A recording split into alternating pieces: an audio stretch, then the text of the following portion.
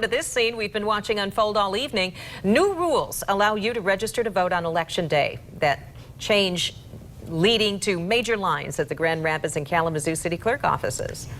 Jacqueline Francis and Kyle Mitchell have been live all night long showing us those long lines, and we want to check back in first with Jacqueline in Grand Rapids. We met some very patient voters waiting in line at the city clerk's office in Grand Rapids here today. Just within the last hour or so, the office did close up shop after serving the last of about 300 people total today. All of those people were able to register and vote in one stop. And while that may sound quick and easy, most people waited anywhere from 2 to 3 hours in line to get this same day voter registration done. But to them, it was worth it. I expected the line to be long, not like wrapping around long, but you know, I mean, I wasn't late for like 2 hours, you know, it's like a movie. I'm watching The Bachelor live tonight.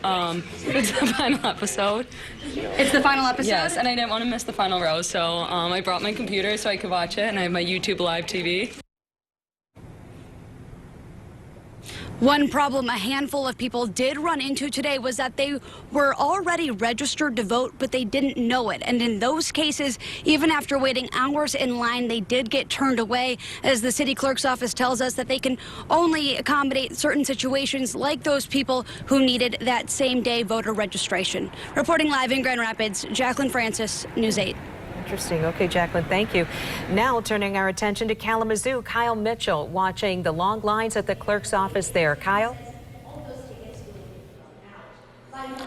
Sue, this is the line right now. You can see it is gone. We actually just saw within the past few minutes the last voters in that line to just walk out that front door. New rules allowing voters to register the same day extended the line across the width of Kalamazoo City Hall and even outside and down the ramp. Many of the people in line were students from WMU who hadn't updated their registration to Kalamazoo. There were boxes of pizza and water sent in, people waiting in line for hours, some people waiting as much as 4 hours or more. We spoke with the last person in line who's a student at KVCC and was here with his sister. She's 18 and voting for the first time, had an issue with her registration. They made it in line 30 seconds before the 8 p.m. cutoff. They've been doing a really good job, actually, with the atmosphere. There's been a lot of applause and everything, people who have voted, and they've got food and water and everything, so they've been doing a really good job with that.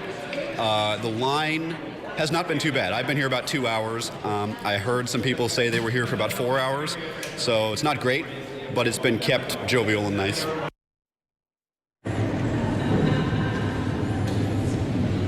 The clerk's office right now is working to tabulate those last voters inside here tonight. And we'll, of course, have those updated results tomorrow morning on daybreak. Reporting live in Kalamazoo, Kyle Mitchell, News 8.